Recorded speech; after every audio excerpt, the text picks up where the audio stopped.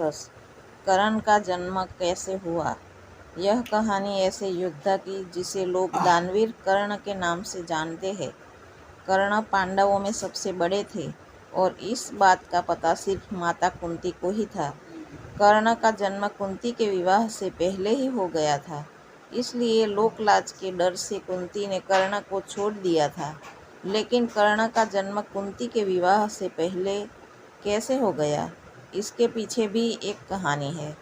बात उस समय की है जब कुंती का विवाह नहीं हुआ था और वह सिर्फ राजकुमारी थी।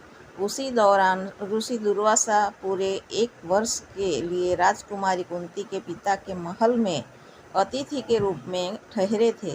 कुंती ने 1 वर्ष तक उनकी खूब सेवा की थी। राजकुमारी की सेवा से ऋषि दुर्वासा प्रसन्न हो गए और उन्होंने कुंती को वरदान दिया कि वो किसी भी देवता को बुलाकर उनसे संतान की प्राप्ति कर सकती है। एक दिन कुंती के मन में विचार आया कि क्यों न वरदान की परीक्षा की जाए। ऐसा सोचकर उन्होंने सूर्यदेव की प्रार्थना करके उन्हें बुला लिया।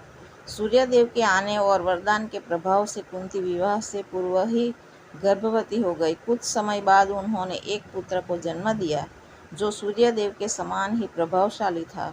साथ ही जन्म के समय से ही उसे शिशु के शरीर पर कवच और कुंडल थे। कुंवारी अवस्था में पुत्र की प्राप्ति के कारण लोकलाज के डर से कुंती ने उसे एक डिब्बे में बंद करके नदी में बहा दिया। बक्सा एक सारथी और उसकी पत्नी को मिला जिनकी कोई संतान नहीं थी। वो दोनों कर्ण के रूप में पुत्र को पाकर बहुत खुश हुए और उनका लालन पालन करने लगे। यही सूर्यपुत्र आगे चलकर दानवीर कर्ण कहलाए और कई वर्षों बाद कुरुक्षेत्र के युद्ध में 5 पांडवों के सामने वह एक शक्तिशाली योद्धा के रूप में खड़े रहे।